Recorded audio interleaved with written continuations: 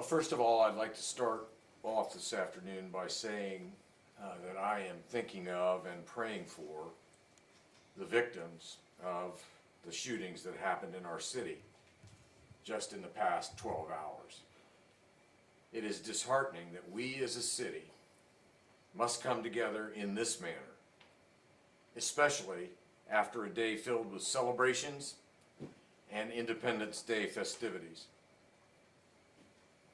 Pure and simple, the violence that happened in our downtown early this morning was absolutely unacceptable. Today, two families are having to grapple with the most unimaginable pain of finding out that they will never see their child again. Several families had to get the call that no parent should ever have to receive, and that is that their child was shot and injured. All of this pain, all of this grief, all of this heartache is avoidable and is preventable. There is no reason a young person should have a firearm, period. There is no reason a young person should be downtown after hours without parental supervision, period. It does not have to be that way. And we know it does not have to be that way. With each passing year since the implementation of the gun violence reduction strategy, violence and crime are down significantly across the board in Indianapolis. This comprehensive approach that includes IMPD, our Office of Public Health and Safety, and our partners at the Indy Public Safety Foundation, and so many community partners, those who are represented here today and many others. They are all making a difference. But on days like today, when we are grieving the loss of two young people, all of these strides we have made feel hollow. When our city's young people still have their lives rattled by gun violence, we know we have more work to do. And we will continue to keep working each and every day to identify ways in which we can keep our young people safe. It was in that spirit. Just last summer, we announced that IMPD would once again be enforcing the curfew on our youth. This year, since we have prioritized education over enforcement, trying to ensure every parent and guardian takes responsibility for their children in the overnight hours. But it is clear we must do more. So over the coming days, my office, along with IMPD, OPHS, and our community partners, will be taking steps to begin active enforcement of that curfew for our young people in our city's downtown. Before I pass things over to Chief Bailey, I want to offer my full-throated support as the Chief Executive for our city for curfew enforcement, and I want to thank the men and the women of IMPD to know that I stand behind them as they work every day and every night to protect and serve our community. Chief, let me know how I can best support your officers. I'll do whatever I can to make sure we have all the tools necessary to hold people accountable and to keep our city and its downtown safe, especially in situations like the one your officers dealt with this morning. So having said all of that, I give you Chief Chris Bailey, Chief of the Indianapolis Metropolitan Police Department. Well, let me start off by saying what occurred this morning is not who we are. We're so much better than that. The level of violence is not reflective of the city that we love and the communities that we proudly serve. My heart hurts for those we've lost and for the families that remain to pick up the pieces. Their pain must be unimaginable. I'm going to give you a little bit of an update on the case last night, and then I'll have more remarks after that. At about 1:27 a.m., officers who were already working downtown dealing with a disturbance heard shots fired just about a half a block from where they were at. They ran toward that direction. When they got to the area of Washington and Illinois, they found 6 victims suffering from gunshot wounds. One 16-year-old male was declared dead on the scene, and the other 6 were transported to area hospitals. One of those victims, a 15-year-old male, was declared dead at the hospital. A 7th victim with gunshot wounds walked into Eskenazi Hospital after self-transporting themselves. The statuses of the other victims, I don't have it all at this point, but we'll follow up with the PIO office to get that information. But of those shot, one was 16 years old, one was 17 years old, 2 were 19 years old, and 1 was 21 years old. We should all be shaken by what occurred. We cannot grow numb to the violence in our community wherever it occurs. And we cannot accept this as normal. I stand here today angry and heartbroken, frustrated because too many lives are being lost.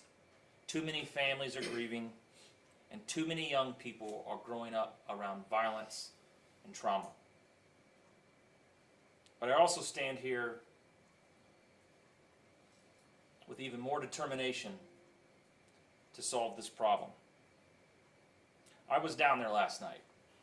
I took runs with our officers all night, and we had hundreds of officers out throughout the weekends who show up to ensure the safety of those enjoying our downtown.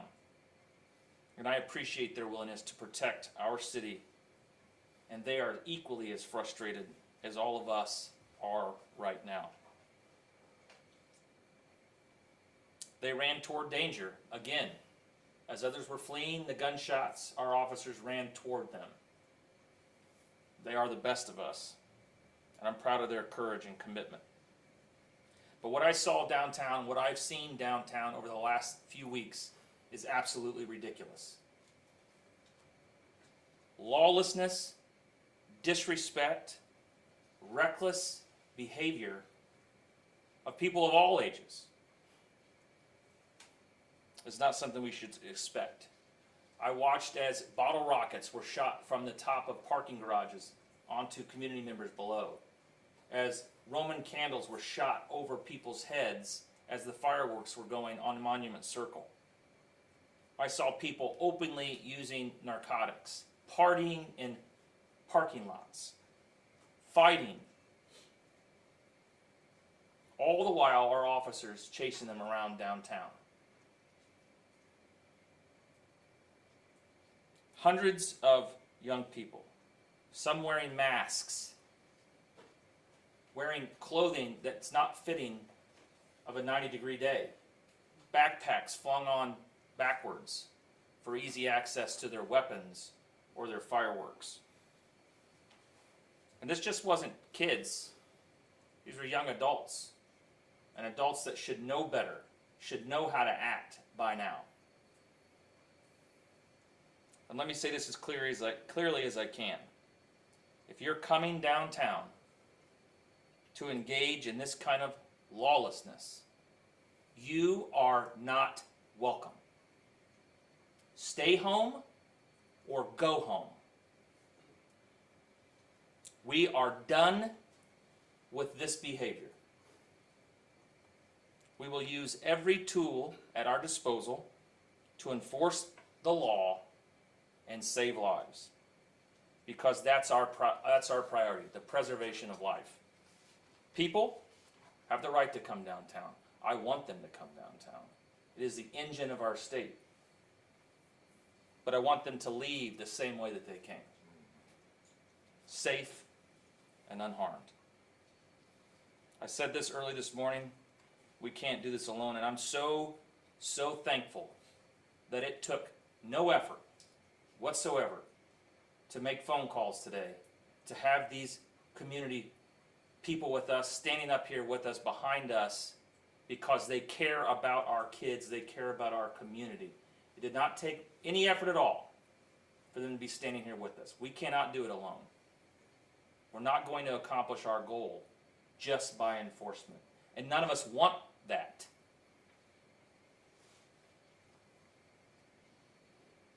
Earlier this summer, we launched a Know Before You Go campaign, trying to set clear boundaries from parents and guardians to their children, talk to their kids about what the curfew is, decide how often they would check in, pick the best ways to stay in touch, use technology to know where they are, know their friends and their friends' parents.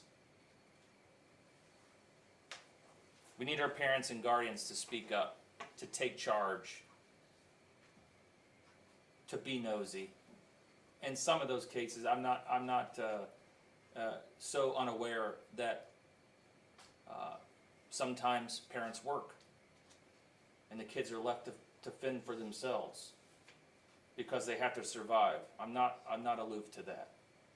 And that's why any kind of curfew enforcement needs to be based in help and not punishment.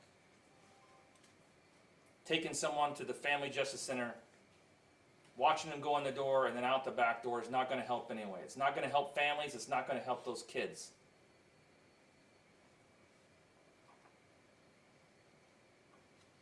So, some changes that we're making today as we move forward.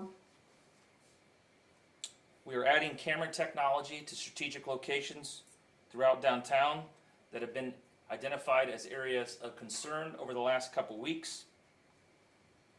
Our Assistant Chief Wally is working with the divisions to add additional police resources downtown, which will be there for the foreseeable future. I have a commitment from Indiana State Police Superintendent Anthony Scott to add troopers to the downtown area as we move forward throughout the summer. The Indiana State Police has been an unbelievable partner to the IMPD, giving us helicopter resources and resources as yesterday to make sure the fireworks area was safe and secure. I've spoken to Prosecutor Mears, who has offered his office's assistance as we move forward.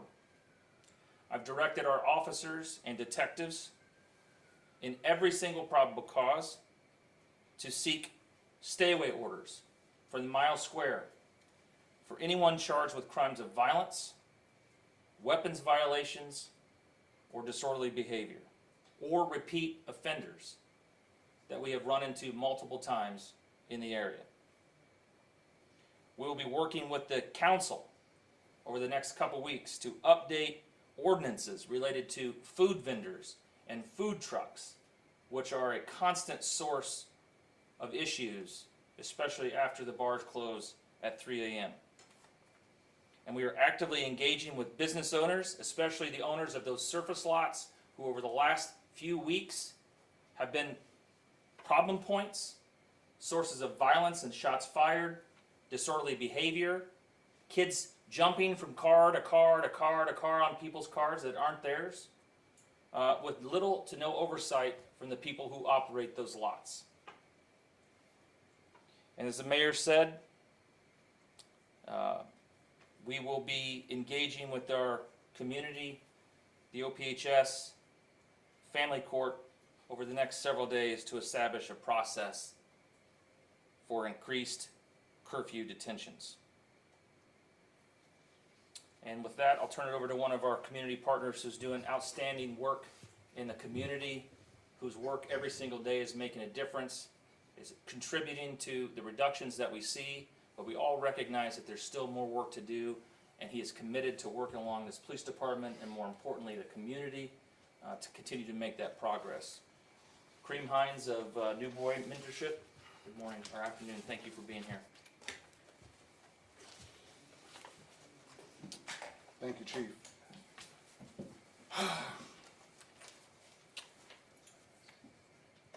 I stand before you humbled, shaken, disturbed, literally shaken.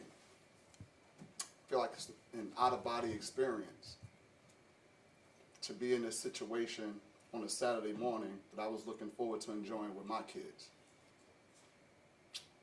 But I also have kids that I work with directly and indirectly that I was checking on this morning after waking up, hearing what happened last night during the violence downtown. And it's so sad to see pictures circulating on social media right now of young men laying dead in the street who haven't even had a chance yet to experience life. So my phone call or my morning has been filled with checking in on young people that I know, checking in on families. I do not stand before you with a solution. I don't have a magic formula for this issue, but I do stand before you encouraged, motivated to go back home and check on more kids, to affirm young people, to hopefully quelch some of the retaliation that we know might be coming for last night's violence. My opinion might be contradictory or in conflict with some other people where they say this is a community problem. No, this is a personal problem. It has to be a personal problem. You have to take this personal. You have to take this personal. We all do our part. We take it personal, we do our part, then we build and bridge the community. But you have to take responsibility as a mom, a dad, a man, a woman, a grandmother, an aunt, a cousin, or uncle. I think we know what's going on in our homes. We know what's going on in our neighborhoods. The unfortunate circumstance, and I do send my full condolences to the families that are now planning funerals and are visiting hospitals this morning. But I know that more people will surround those young men that died at a funeral than surrounded those young men when they were living. That's unfortunate. The work is not going to be solved downtown. We move the needle before the kids come downtown. That's what has to happen. You have to want to go into the communities, the schools that you might feel uncomfortable in. It doesn't start downtown. So the chief, the mayor, the city can put as many checks and balances or barriers and technology as they want downtown. We have to reach the kids before they get downtown. As I'm receiving messages this morning from our young people, they're saying, I'm good, we're good, my people are good. One message that stood out from a young man that was sent to our mentors, he said, I'm straight. That's a small thing to a giant. That's a 15-year-old. That's a direct quote that we received on our mentor thread from a young man. That what happened last night is a small thing to a giant. Our kids are in pain. That's what we're seeing. We're seeing this pain that our kids are in. And we're seeing it manifest itself in a really ugly way. Our kids are hurting. So again, not what is the community going to do, what are you going to do? If you're watching, whether you're watching it now or tomorrow, whenever you see this, what are you going to do? I know what I'm going to do. I know what I'll continue to do. But I need you to adopt 2 words. I challenge you, I dare you to adopt 2 words. Mama, grandma, auntie, uncle, daddy, sister, cousin, wherever you at, 2 words. I need you to say, not mine. That's what I want you to say. Not mine. The graveyards will not get mine. The prisons will not get mine. The jails will not get mine. Not my grandson, not my son, not my nephew, not my daughter, my granddaughter. I got that. Not mine. Social media, not mine. You won't get mine. We can't save the world, but you can damn sure change and save your world, your private world, not mine. So as we move forward as a city and we go through this grieving process, understand our kids are grieving just as much. We have some families that are hurting, but imagine all those kids who saw what they saw last night. Imagine their little brothers, little sisters that have to hear what happened. It's a trickle-down effect. And sometimes we don't understand until it hits your front door. It's now hit your front door. Make it personal. It is now on your doorstep. It is personal. And I will say this. The website is newbreedofyouth.org. Mom, grandma, auntie, uncle, daddy, send your son to me. Send your nephew to me. No capacity. Send them to me. Send them to us. We have collaborative partners we will work with, that we are working with. We have activities for the summer. They want to fight, we got a boxing ring. You want to work out, we got a gym. You want to spit some rap? You want to get in the studio? We got a booth. You want to earn some money? We got a young entrepreneurs program. There is nothing we will not do to make a connection, not only with a young person, but the family. No excuses. My phone number is on the website. My email address is on the website. You can reach out to me directly. There's no 6 degrees of separation with me. 1 degree. And that 1 degree of separation is you. Reach out. If not me, somebody else. There are programs in the city. There are kids doing amazing things in this city, and we have to start highlighting that. Let's start putting that on the news. Let's start highlighting the amazing things that some of these kids are doing. We are sending kids off to college. We are sending kids off to the military. I am frustrated, but I am encouraged. I am motivated to get back to work. And with that, I'll introduce you to my pastor, Mr. Richard Reynolds.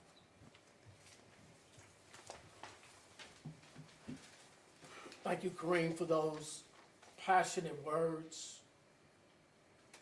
I just want to share that as we know, our community is in crisis. This is a crisis situation, and crisis presents us with opportunities. We have an incredible opportunity. If I just add on some of what Kareem said in a slightly different way, we have an opportunity to step up and make a personal investment. We have an opportunity to step up and actually do something ourselves in recognition that this is not an IMPD problem. This is not simply a city of Indianapolis problem. I'll say the same thing Kareem said, but in a different way. It is a community problem, but the community is made up of individuals who do have to make some personal decisions to make a difference. It doesn't matter what zip code you live in. It doesn't matter what your socioeconomic class is. It does not matter what your educational levels are. This is a problem that all of us must face together. We're standing together, united as partners, and our community is in crisis. And I just want to add that, the feeling of sadness and grief that is in the room is palpable. The levels of emotion that Kareem shared, that our mayor shared, that our chief shared are real, and they are felt by everybody in the room, including the media. And so I want you to understand that the care for our community is real. People standing here serving our community are doing so from the bottom of their hearts, out of a desire for our community to be healthy. And we trust that our community will be healthy, but it's going to take healthy people making personal decisions to give back and do something to make a difference. We're in a crisis. And it's not just a social crisis. Truth be told, this is a spiritual crisis. And we cannot just throw social solutions at a spiritual problem and expect to get the kind of results that we want to get. This is spiritual. And if we don't address it spiritually, we'll continue in the cycle. Even with the progress, it's still challenge after challenge. And so I want to challenge the entire community and the faith community in particular to be intentional to pray for the peace of our city. Prayer is not a passive activity. We need people to pray for the peace of our city. We need people to pray for our government officials. We need the people to pray for our community leaders and organizations that are serving on the front lines. Your prayers can and will make a difference. We've got to work in partnership.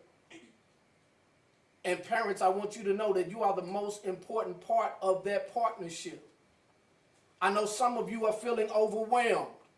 Some of you need help. We know you need help. Reach out and ask for help.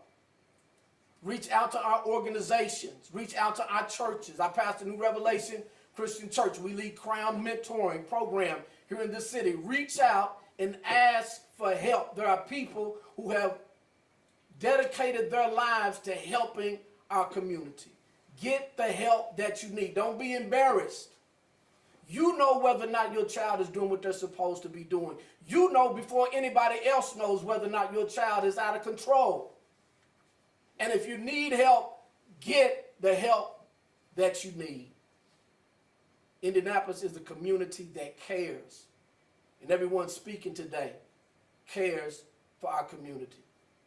Pray for the peace of our city. Let's receive now Pastor Jeffrey Johnson, Jr.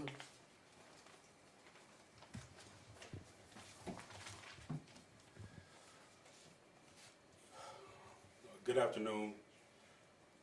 My heart is broken. I am devastated, but I also echo Kareem in that I'm also encouraged and motivated. First of all, my prayer goes out to the families that were impacted last night in the shooting. My thoughts and prayers go out to you. I pray that the God of all comfort will comfort you in this time of grief. But the reality is incidents like this will continue to happen. When we defund our schools and our social communities, organizations, when we take away books but leave guns, we leave our children idle to their own devices. And it's not a time to point fingers. I echo the leaders that have already spoken. This is going to be a communal effort. It starts at home, and as Pastor Reynolds has just mentioned, there's help out there and resources for us to connect with in order to ensure that we invest on the front end of our children so that we can ignore the press conferences and funerals on the back end. And it's time for us to invest, whether it's financial, whether it's our time, our energy, whether it's our facilities and churches. As Pastor Reynolds mentioned, this is a spiritual investment that we need to consider in terms of our children. We are leaving too many children out on the streets when there are other resources and options that we can plug our children into. And so, as my co-laborers in this work have already mentioned, we're calling out on every parent. We're calling every uncle, auntie, cousin, friend, mentor, pastor, preacher, leader, community, organization. This is a communal effort that we need to invest in our children so that we can ignore situations like this in the long run. And we've already highlighted Kareem's organization and the work that Pastor Reynolds is doing at his church. And there are countless others like Inner Beauty for our young ladies, Ladies Under Construction, Girl Talk Indie. Over at the Eastern Star Church on the east side of Indianapolis, we too have our youth center where we house a summer camp, summer learning labs, even right now. So when we continue to invest in organizations that's already doing the work, we can invest in the future of our front end of our children so that we can ignore the grief and the pain that families are experiencing even right now on the back end. And so I want to continue to encourage the city of Indianapolis, let this be a wake-up call. Let this be a wake-up call for us to wake up, to step up, to continue to do what is necessary so that our children can avoid caskets and graduate from college and walk into careers and make an impact on the community, because we've invested in them now. They'll look back and come back and invest in the future generations. And so again, my prayer and my thoughts go out to the families who are impacted, who are in this moment, this tough moment of grief. But this is a moment for our city to come together, to wake up, and continue to look up for the help and the spirit that we need to make this city a peaceful place that it already is. Thank you. We'll open it up for questions if you have any. Chris, Mr. Mayor, based on what downtown's experience was last night, the past couple of weeks, do you feel that downtown is still a safe place? And what's going to take to convince the merchants who live down there, the residents who live down there, and all the people who've done this hard work that downtown is still statistically relatively safe? Yeah, Abdul, the truth is, the downtown remains the safest neighborhood in our community. Now, it's marred by events like last night. And what we don't focus on is the progress that not only downtown, but the city as a whole has made in our gun violence reduction strategy. Last night, when this is covered in the news, it's normal for people to say, ipso facto, downtown is not safe. And I think all of us are committed to making sure that when people do come downtown, they can come downtown with the assurance that nothing bad is going to happen to them or any of their family. For Chief Bailey, Can I just add on to that little bit of that? I mean, look what we've hosted in downtown Indianapolis over the last 2 years, 1.5 years. Hundreds of thousands, if not maybe even 1 million people have come through and went back the way they came. Downtown represents about 6% of the total crime every single year in our city. We are a big city. This is not a sleepy small town. It's unfortunate when these things happen, and we're all committed to doing our part to help reduce that. In my budget as the IMPD chief, we spend a lot of money to make sure downtown is protected and that investment is protected. But we're also responsible for 350 square miles across the entire county, and so we care about every single neighborhood. But as the mayor said, I'm coming downtown tonight with my family, and I'll do it again next weekend if I have to. Downtown is a safe place to be, but after midnight, nothing really good happens, and your kids should not be out after midnight. Yes, ma'am. speaking of the timing, just to clarify the curfew, is it still 11 for kids under 15 and then 1, I think, for 15? Yeah, nothing's changed. We'll get you the exact things after we're done here just to make sure, but nothing in the law has changed. Mayor, Chief, can you make that tighter? You just said nothing good happens after midnight. Why do we need to have kids out at 1 o'clock anyway? Do you have the authority to make that tighter? We're operating under the state law. So as we move forward, if there's adjustments that need to be made, we'll work with our attorneys here at OCC and IMPD to see if there's some other adjustment we need to make. If it's a local ordinance, remember, ordinances are, those are not arrestable offenses, those are fines, right? So, and then even as a juvenile, when you take someone into custody for curfew, it's not a crime, it is a status violation. There's no penalty associated with it. That's why I said if and when we move into that direction of increased enforcement, it can't be punitive in nature. It has to be something where there's some sort of positive result of it. Because if it's just about punishment or punishing parents who we've talked about some of the challenges that they have, then it's ultimately going to fail. That it can't be what we do. So it's not a crime to be out after a certain time. It is a status offense, and there's a difference. Is it time for that to change, Chris?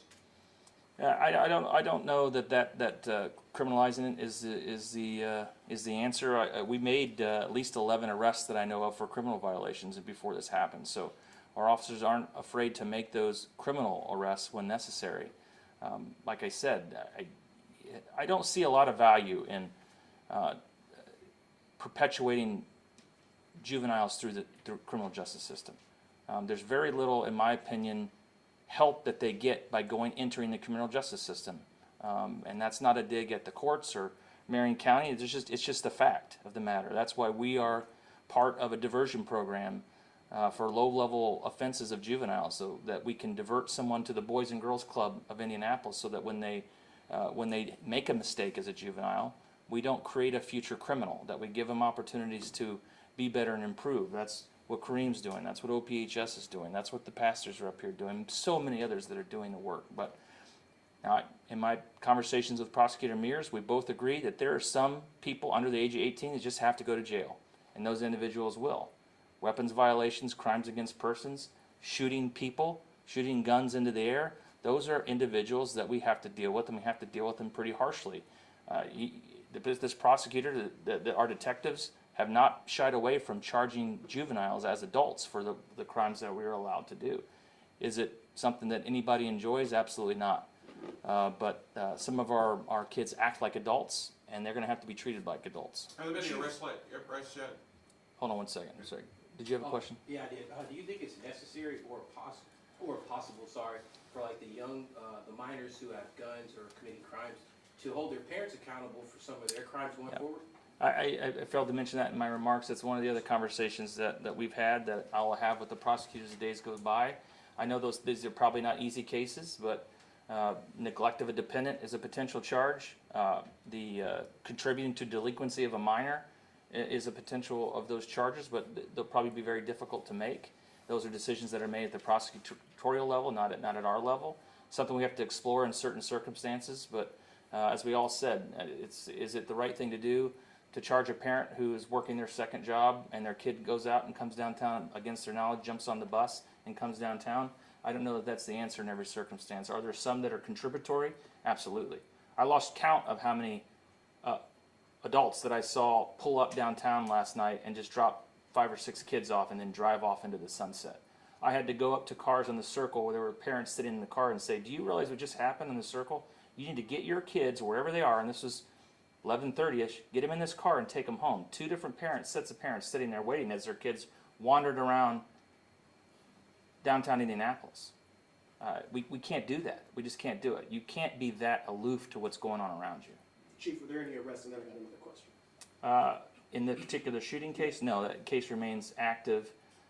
There may have been, I didn't get it confirmed before I walked in here, an arrest related to a firearms charge of one of the juveniles that was taken into custody as part of the investigation, but not necessarily as a shooter. So we're still pulling video. There's video from the Conrad, there's video from Circle Center Mall. We pulled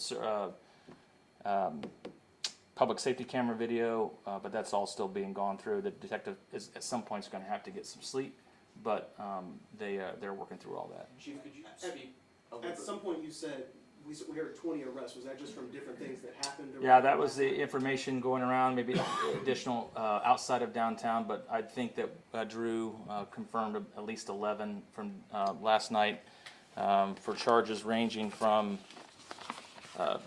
weapons possession. There were 2 kids that were arrested for weapons possession. One was 17 years old. He was arrested for dangerous possession of a firearm, resisting obstruction of justice. And there was at least one other kid that I heard that was arrested for firearms, but I don't see them. The rest of them were criminal recklessness, probably for shooting fireworks at people, disorderly conduct, and criminal recklessness, battery. We did take a 14-year-old in custody for curfew, but there were also charges related to resisting battery on a law enforcement officer, and the individual tried to run away, so escape. We keep talking about kids. Every weekend it's kids at midnight. We hear, I know last weekend there was a big brawl, a group of kids, or the weekend before, just after midnight. In years past, we've talked about young adults making bad decisions in their 20s, coming from the club. I have done numerous stories about teenagers. You just said 14, 15, 16, 17-year-olds who are making this decision. And I've talked to you enough to know that I know that when you talk about parents needing to step up, that part is genuine. But I work with kids. A lot of these folks up here work with kids. And sorry to say, but the parents today suck. And a lot of them are lousy and are not going to step up with what you are saying. So couple people have brought up this plan, and they've said, whatever time curfew is, midnight, 12:30, whatever. What if you got all the community organizations that work with the city, I'm talking from the Boys and Girls Club to New Boy to whoever's doing a lock-in, get these resources downtown and start telling these kids, hey, midnight is curfew. And if at 12:30 you are not out of here, we're gonna put you on one of these buses, and I'm not talking about locking people up, I'm talking about finding the parents. We're gonna put you on one of these buses. We're gonna go to the parking lot of the Community Justice Center, because if we don't pick you up here, there's a chance you're gonna come out of here anyway, either at the morgue or from the courthouse. Call your parents. Your parents are gonna pick you up here, because you were saying you were seeing them dropped off. Well, when they come pick them up, you're gonna find out, why is your 14-year-old out here at 1:30 in the morning? And the goal is to find the parent, not trying to lock the kid up. Yeah. But some way we have to get the parents, and I hear your passion. We could say it at midnight, where are your children? You know where your children are. But could you get, and if you say, well, that's gonna be a lot of resources, that's why we got these community organizations, Boys and Girls Clubs, send some school resource officers down from some school districts who might know these kids and say, you either get your parent on the phone or you're gonna spend the night here, because the alternative is you've got 7 kids who are coming out of a hospital, 2 that'll be coming out of a morgue, and countless others that, of young people, young adults who are gonna come out of the community justice system anyway. So it's either we take care of this in the parking lot before you have to come out of one of these buildings. Well, I mean, I think it's what the mayor and I both said, that over the coming days, we're gonna work with our community partners to try to figure out something exactly that path. We'll take one last question. Thank you. Yep. You said there's going to be increased police presence downtown through Indiana State Police and IMPD as well. Could you just be a little bit more specific about the numbers for those and where those Yeah, are? I mean, it's gonna fluctuate. So last night there was an event, which was a very successful event. Families, people came downtown, they watched the fireworks. After the fireworks were over, they left. The individuals that we dealt with all night were not interested in watching the fireworks. So there was increased staffing downtown.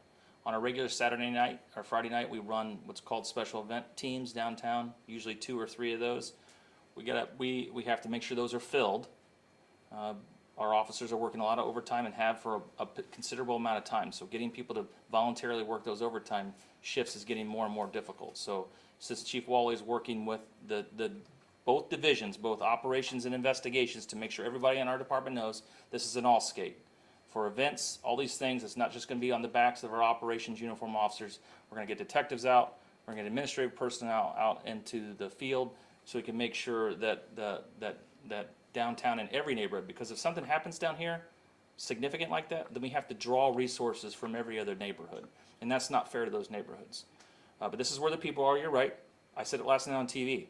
You wanna engage with the kids, you wanna try to protect them, I'm telling you where they are on Friday and Saturday nights.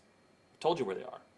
They're not going to your gym right now. They're not going to play basketball on Friday nights. They're downtown for multiple reasons. If you want to engage with them, come on down. I'll work with you. I'll tell you where they're at. I'll share information. I'll give you the incident commander's number. You can communicate with us all night long. We talked Mr. about Mayor, the any final resources. word for the public that may be worried, may still be concerned? Well, I think that the collection of community leaders is a good sign that we're all committed to eradicating, why a young person walks around downtown with a gun. What is a young person doing in downtown Indianapolis at 2 and 3 o'clock in the morning? Those are rhetorical questions that we're gonna collectively try to answer. As a follow-up, though, I wanna make it clear, while we focus a lot on juveniles, and obviously today has been all about what occurred last night to largely 16, 17, 18, 19-year-olds.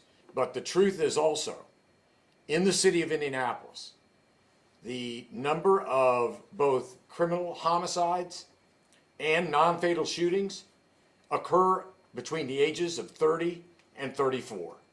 Without question, that is the age category so I understand why a young person being shot downtown generates an enormous amount of enthusiasm. But we also, collectively as a city, are dealing with a gun-related problem that almost irresponsibly occurs among older young people, 30, 35 years old. That's where the numbers exist. But Mayor, does the city have or as the city, state, whoever, we're talking about kids. Those adults are a different story. We're talking about kids who don't have the same rights as us. Doesn't somebody have to say, this is a particular problem because they're just kids? Well, that's what we've been saying. That's what every speaker today has underscored. And while this is a sad day for so many reasons, it is a day of hope. It is a day of new beginnings. And I think we just have to collectively commit to that. Thank you, everybody.